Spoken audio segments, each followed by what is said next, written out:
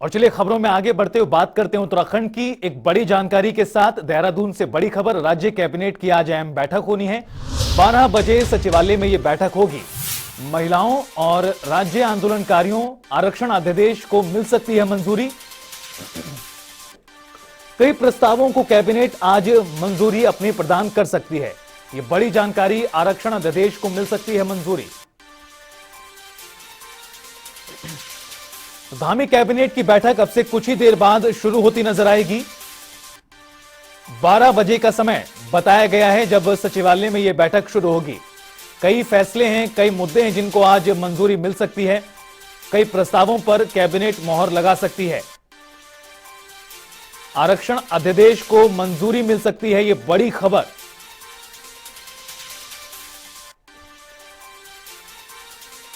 बड़ी और अहम खबर देहरादून से।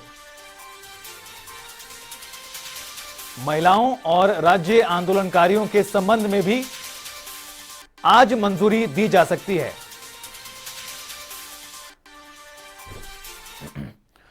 और ज्यादा जानकारी के लिए रुख करते हैं अजीत कांबोज का। हमारे सहयोगी हमारे साथ जुड़ रहे हैं। अजीत, धामी कैबिनेट की बैठक होगी दोपहर 12 बजे।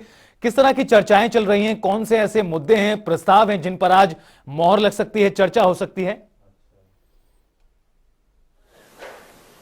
बिल्कुल, अगर उत्तराखंड सरकार की बात की जाए तो धामी कैबिनेट की महत्वपूर्ण बैठक कुछ ही देर बाद ठीक 12 बजे राज्य सचिवालय में शुरू होने जा रही है। और जिस तरह की जानकारी मिल रही है, सीधे तौर पर महिला आरक्षण को लेकर सुप्रीम कोर्ट तक सरकार गई थी। अब सीधे तौर पर एक अध्यादेश के माध्यम से महिला आरक्षण की व्यवस्था उत्तराखंड में लागू करने की तैयारी सरकार ने की है। इसके अलावा अगर राज्य आंदोलनकारियों की बात की जाए तो 10% क्षैतिज आरक्षण इनको सरकारी नौकरियों में देने की एक व्यवस्था थी, उस पर भी यहाँ पर रोक लगी हुई है। तो इसको भी राज्य कैबिनेट के माध्यम से आज यहाँ पर मजबूती दी जा सकती है। इसके अलावा जो सबसे बड़ी बात जो निकलकर सामने आई है वो है उत्तराखंड सरकार की जो भी तमाम भर्तियां आती है उसमें नकल होती है और नकल के बाद जो भी लोग पकड़ में आते हैं वो आसानी से छूट जाते हैं। तो ऐसे में नकल माफियाओं पर नकेल कसने के लिए उत्तराखंड सरकार यहाँ पर बड़ा फैसला कैबिनेट के माध्यम से ले सकती है। और सीधे तौर पर एक नकल माफियाओं पर रोक लगाने के लिए भी जो जानकारी मिल रही है कि अध्यादेश लाने की तैयारी राज्य सरकार की तरफ से की गई है, जिसको अब से कुछ ही देर बाद राज्य कैबिनेट की बैठक में लाया जाएगा। इसके अलावा तमाम जो कैबिनेट में विभिन्न विभागों के प्रस्ताव हैं वो आने की उम्मीद है। तमाम जो कर्मचारी संगठनों की मांगे हैं उन पर चर्चा हो सकती है।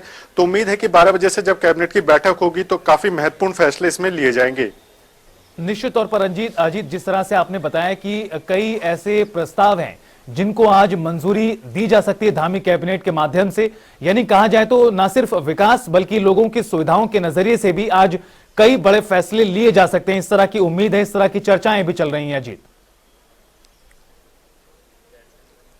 बिल्कुल आपने ठीक कहा। अगर उत्तराखंड सरकार की बात की जाए तो जनहित के फैसले लेने के साथ साथ उत्तराखंड को कैसे आगे विकास के मॉडल पर स्थापित करना है, इसको लेकर सरकार लगातार काम कर रही है। 2 साल बाद यानी कि 2025 में उत्तराखंड अपनी सिल्वर जुबली मनाने का काम करेगा। तो उससे पहले सरकार कई ऐसे फैसले लेने की कोशिश में है जो सीधे तौर पर एक फ्रंटलाइन में उत्तराखंड राज्य को खड़ा करने का काम करे। इसमें चाहे जनहित की बात हो या फिर उत्तराखंड के सीधे तौर पर विकास कार्यों की बात हो, तो सरकार तमाम ऐसे फैसले लेने की कोशिश कर रही है और कैबिनेट के माध्यम से इनको मंजूरी दी जाएगी। और उम्मीद यही है कि जब राज्य कैबिनेट की बैठक के बाद ब्रीफिंग होगी तो उसमें कई ऐसे महत्वपूर्ण फैसले होंगे जो कैबिनेट की तरफ से मंजूर किए जाएंगे और सीधे तौर पर ये जनहित से भी जुड़े होंगे और विकास कार्यों से भी जुड़े होंगे। बिल्कुल अजीत, नजरें बनाए रखिए, लगातार आपसे अपडेट लेते रहेंगे। तो बड़ी और अहम खबर यही है कि अब से कुछ ही देर बाद धामी कैबिनेट की बैठक शुरू होगी। उधर रामनगर के गर्जिया देवी मंदिर के पास कोसी नदी में डूबने से 2 लोगों की मौत हो गई। बताया जा रहा है कि मुरादाबाद से रामनगर पहुंचे 2 लोग कोसी नदी में नहाने के लिए जा रहे थे, जिनको आसपास खड़े लोगों ने उस क्षेत्र में नहाने से मना भी किया। इसके बावजूद भी दोनों नदी में नहाने के लिए कूद गए, जिसके थोड़ी ही देर बाद दोनों व्यक्ति नदी में डूबने लगे। इसकी सूचना पुलिस को दी गई और जानकारी लगते ही पुलिस भी मौके पर पहुंची। फायर कर्मियों को भी मौके पर बुलाया गया, जिसके बाद कड़ी मशक्कत के फायर कर्मियों और आसपास मौजूद लोगों की मदद से दोनों व्यक्तियों के शव बाहर निकाले गए। वहीं जानकारी देते हुए मौके पर पहुंचे गर्जिया चौकी इंचार्ज कश्मीर सिंह ने बताया कि मृतक दोनों के आधार कार्ड से युवकों की पहचान कर युवकों के परिजनों को सूचना दी गई है। नदी में डूबने से 2 लोगों की मौत मुरादाबाद से रामपुर पहुंचे थे। आपको बता दें कि ये दोनों ही युवक सूचना मिली हमें कि 2 व्यक्ति यहाँ पे कुंड में कूदे हैं नहाने के लिए और उनको स्थानीय लोगों ने मना भी किया गया था, लेकिन फिर वो नहीं माने। उसके बाद कूद गए। कूदने के बाद में डूब गए थे, तब उन्होंने सूचना दी कि इसमें 2 व्यक्ति डूब गए और डूबने के बाद में इनकी बॉडी आगे रास्ते में फंस गई। उनको रेस्क्यू करके फायर ब्रिगेड की मदद और जनता की मदद से उनको निकाला गया है। और उनके पास में वहीं इनके कपड़े रखे थे, कपड़ों में इनकी आईडी मिली है। आईडी में एक गौरव भाटिया है, दूसरा अतुल कुमार है। ये दोनों आसियाना कॉलोनी मुरादाबाद के रहने वाले। पेट्रोल और डीजल की कीमतों की महंगाई के कारण उत्तराखंड में इलेक्ट्रिक वाहनों की खरीद ने रफ्तार पकड़ी है। आरटीओ में इलेक्ट्रिक वाहनों के रजिस्ट्रेशन में बढ़ोतरी हो रही है। इलेक्ट्रिक वाहनों से न केवल पैसे की बचत है, बल्कि ये वाहन पर्यावरण को भी नुकसान नहीं पहुंचाते।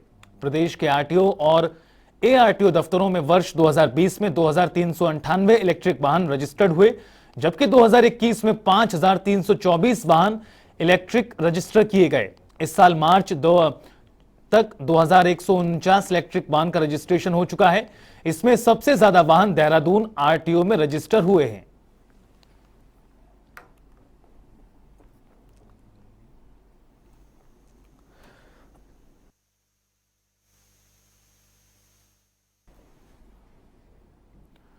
तो ना सिर्फ उत्तराखंड बल्कि देश भर में इलेक्ट्रिक व्हीकल्स का जो चलन है वो बढ़ रहा है। फिलहाल इस बुलेटिन में इतना ही। जनता टीवी पर खबरों का सफर लगातार जारी है।